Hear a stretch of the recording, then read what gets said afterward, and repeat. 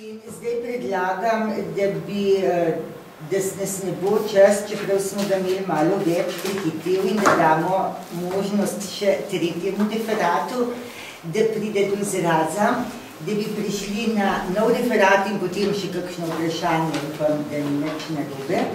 Se nas čaka še referat dveh etnologin in kulturnih antropologin, Barbare Turkniskač in Teje Močnik, z naslovom Čas iger in čas dela.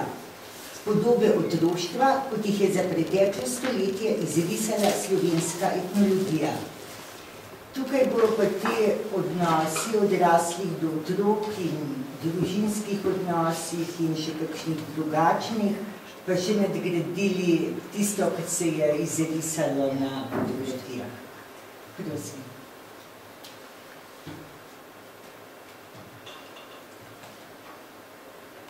Ja, pozdravljeni. Mi delamo članek z področja etnologije in sicer predstavila bova podobe, kakršne so na podlagi preučevanja otrok in družinskega življenja iz konca 19. stoletja pa do začetka 60. let 20. stoletja nastajale v etnologiji. Podatki, ki jih imamo za analizo, se navezujejo pretežno na večinski, to se pravi kmečki način gospodarjenja. Nekaj prispevkov pa se nanaša tudi na delavski in meščanski družbeni sloj. Če začnemo v bistvu, z etnologijo, v bistvu bolj poglobljeno preučevanje otroštva se je v slovenski etnologiji izoblikovalo šele v drugi polovici 20. stoletja. To je v bistvu sovpadalo s preizpraševanjem vede same, posledično s tem pa tudi z velikim projektom, ki je takrat nastajal, in sicer z etnološko topografijo slovenskega etničnega ozemlja, v bistvu v kateri so pač etnologi sistematično pristopili k preučevanju vseh sfer življenja na Slovenskem. Na podlagi tega so v bistvu nastala tudi številna dela o igri, vzgoji, družinskih odnosih in sorodstvenih zvezah. Te teme so v bistvu prevladovale še vse do začetka 21. stoletja, ko pa se je že v bistvu začelo otroštvo nekako tudi v etnologiji izrisovati kot neka samostojna tema. Tako so v bistvu raziskave, ki se pojavljajo predvsem v zadnjem času, in v bistvu zanje je značilno, da otroke vidijo kot akterje, kot tiste, ki tudi sami prispevajo k oblikovanju družbene realnosti.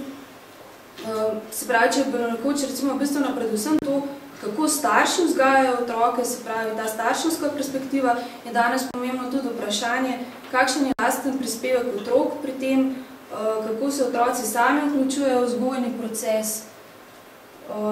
Se pravi, pač gre za neko spremenjeno perspektivo v bistvu pri tem. No, kot je že Teja omenila, v bistvu ta etnološka dela se večinoma nanaša in večinoma so preučevala kmečke sloje prebivalstva. Na kmečki način gospodarjenja pa je bilo značilno, da sta bili ekonomija družine in njeno preživetje odvisni od fizičnega dela. Se pravi, da je v bistvu produkcija bila namenjena zagotavljanju pokrivanja življenjskih potreb družine. Način življenja, ki ga je narekovalo delo, je narekovalo tudi specifičen odnos do otrok. Socializacija, ki jo razumeva kot proces, skozi katerega otroci postajajo kompetentna družbena bitja oziroma člani družbe, v kateri živijo, je tako potekala skozi vključevanje otrok v te delovne procese. Strani odraslih, predvsem z gledom in manj z besedami in pojasnjevanjem, strani otrok pa skozi opazovanje, igro, posnemanje, prevzemanje, postopno vključevanje v delovne odnose in prevzemanje vedno večjih odgovornosti.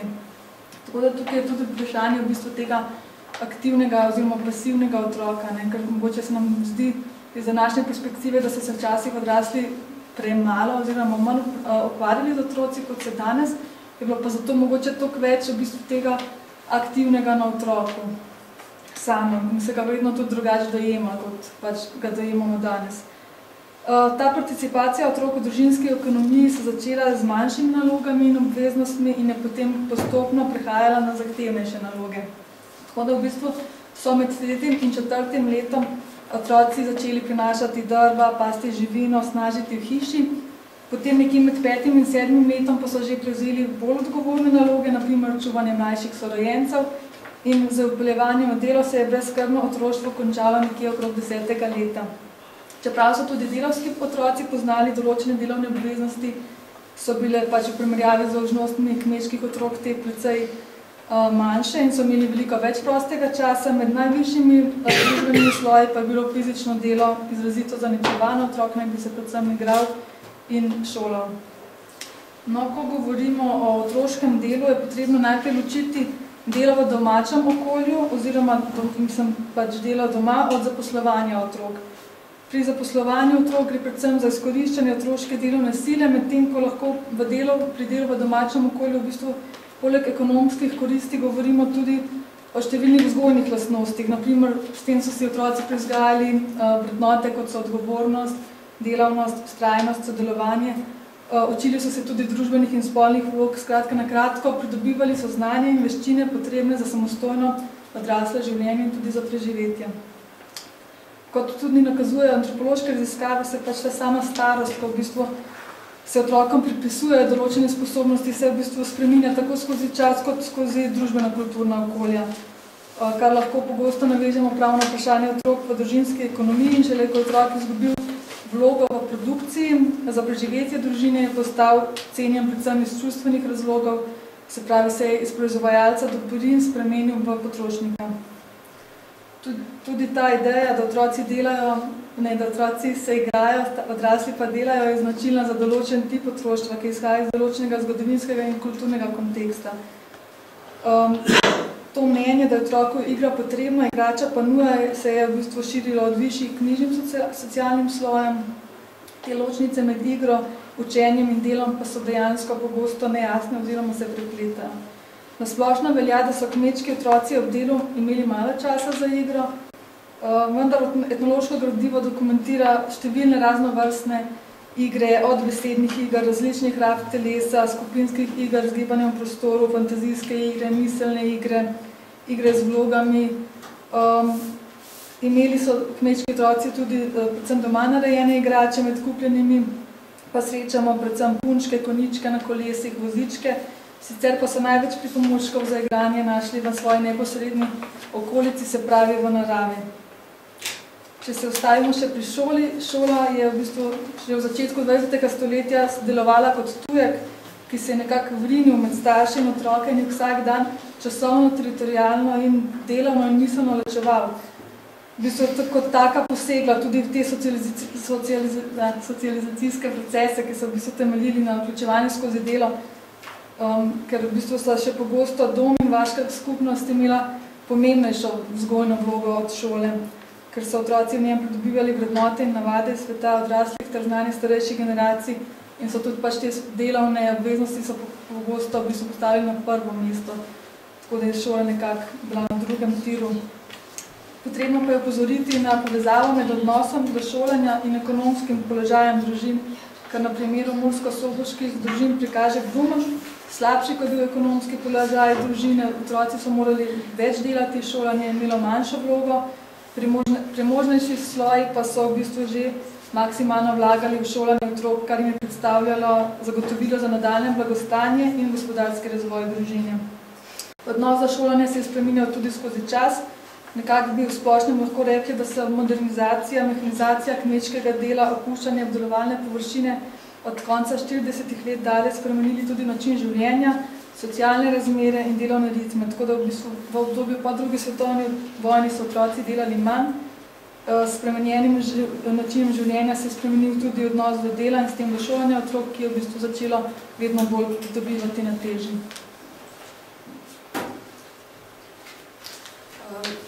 Tako da v bistvu ključne stvari, ki bi jih mi izluščili iz te podobe, ki se je oblikovala v času, ki so ga preučevali, so v bistvu igra, vzgoja, delo in šolanje. Nekako neka povezovalna nit, ki pa teče skozi vse to, pa je v bistvu učenje. Učenje je pravzaprav najbolj pomembna dejavnost, ki zaznamuje otroštvo tudi sicer. Otroci so v bistvu ves čas v nekem učnem procesu, nekoč pa so se učili skozi igro, vzgojo, pa tudi delo je v bistvu temeljilo na učenju in pri vzemanju odraslih vlog. Formalni tip učenja pa je pač predstavljala šola. Mogoče bi izpostavljala to, da lahko govorimo o različnih tipih učenja, to se pravi na opazovanju in posnemanju vzgledov, ki je bil pač značilno za družinsko okolje, in pa potem nek šolski tip učenja, ki se je vzpostavil na podlagi napotil, razlag in reševanju nalog. Tako v bistvu za konec bi mi mogoče izpostavljala še nekaj stvari, v bistvu ne samo tistih podob, ki so bile ključne za etnologijo, ampak tudi nekaj stvari, ki so se v bistvu nama ob tem porajale. Se pravi, otroštvo, ki se vedno pač odraža kot neka specifična družbena slika nekega časa in prostora, s tem pa v bistvu tudi vede, da je pač ključna pri tem je perspektiva, iz katere otroštvo preučujemo. Potem pa še družbena participacija otrok, o kateri je danes v bistvu zelo veliko govora, še posebej na podlagi konvencije o otrokovih pravicah, ki v bistvu glede na preteklost nastopa kot nek svojevrsten paradoks. Namreč v postindustrijskem svetu obravnavamo otroštvo kot neko sfero zaščitenosti in nedolžnosti, ločenosti od politične sfere, javne sfere in od dela. V preteklosti pa so bili otroci v bistvu tesno povezani s svetom odraslih, iz njega in o njem so se v bistvu neposredno učili. Potem pa še eno stvar, ki so v bistvu že omenile tudi med samim predavanjem, v bistvu to preizpraševanje aktivne oziroma pasivne vloge, nekoč pa danes otrok. To bi bilo pač to z najne strani.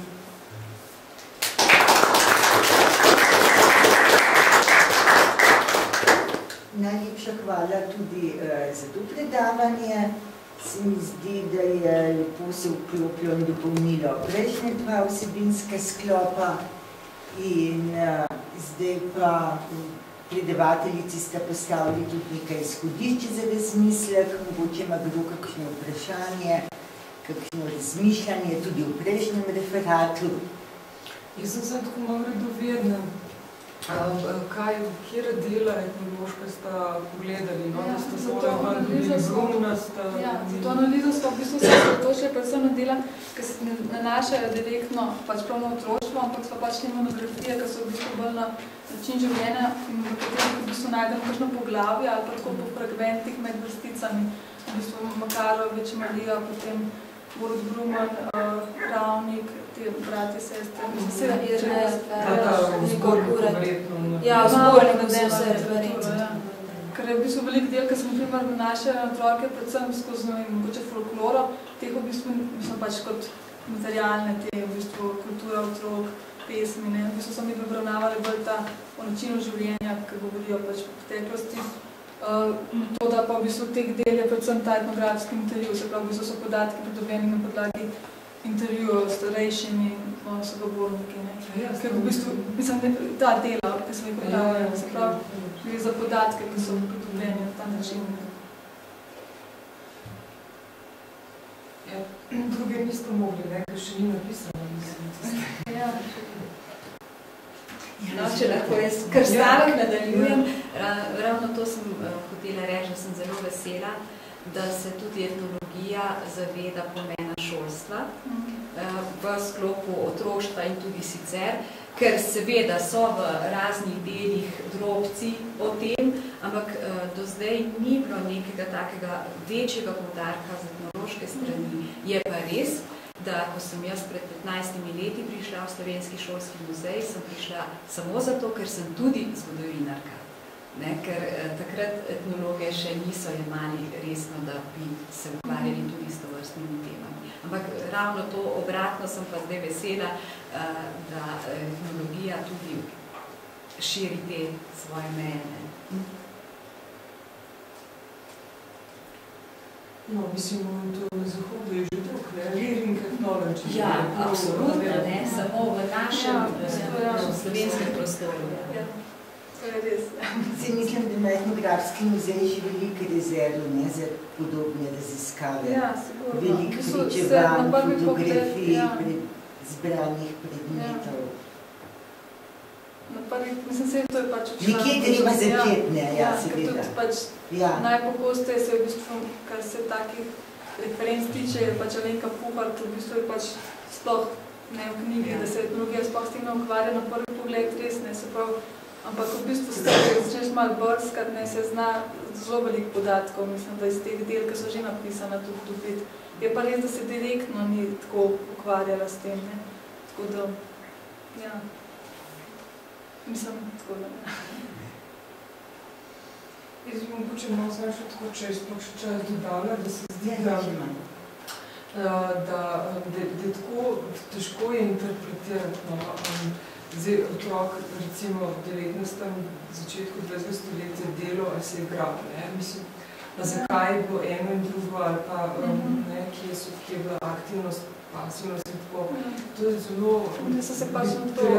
potajno. Najmanj tega se nanaša na 19. stoletje, spomnim, da v bistvu, da od pač to, kar so v bistvu spomnini odraslih, se pravi nekako od 30 let. Ja, večino delega. Je pa sigurno tukaj to, so vsi podatki, bi rekla, filtrirani z prva strani pač predvedovalcev, svojih življenjskih zgodb, drugič strani raziskovalcev. Se nekaj objektivnosti tukaj sigurno ni. Mislim, da je v nobene znanosti. Ne, se pravim, so ene in druge interpretacije, samo splošno govorim, da je... Mogoče mi pa izhajava pač tudi iz teh nekih antropoloških raziskav, pač te childhood studies, nekako v tujini, pri nas še niso toliko, pač da iz tega v bistvu mi bomo izhajava. A je okrog pasivnosti pa? Ja. Pač teh interpretacij, ne, so v bistvu bolj antropološke, bi rekla. No, prav v muzeju po moje to dobro vidno, zdaj ne vem, se je bila razstava, ne? A bojo to izdelane igrače, ali bodo igrače, ki jih je izdelal otrok, ne? Ja, to je ta demonstracija, ki o čem govorite. Se to je točno to, ker v bistvu je neka paradigma že, ker včasih je bilo vedno o otrocih, ne? Zdaj pa v bistvu se je že zgodila ta nova paradigma, da v bistvu otrok, ki ga vključeš, ne, v bistvu tudi v raziskavo lahko, ne? Tega, na primer, v slovenski etnologiji ni, ne? Da bi v bistvu raziskovali z otroci, ne? Se pravi, da v bistvu se direktno otroka upošteva kot soudeleženca v raziskavi. Pač v tujini je to že 20 let, pri nas pa ta obrat še v bistvu ni nekako pošlo do tega. In to verjetno se po mojem kaže tudi v muzejih in nekako splošno, no, ne bi zdaj samo o etnologiji govorila, ampak pač mislim, da so tukaj potrebne tudi določeni koraki s časom, da pač...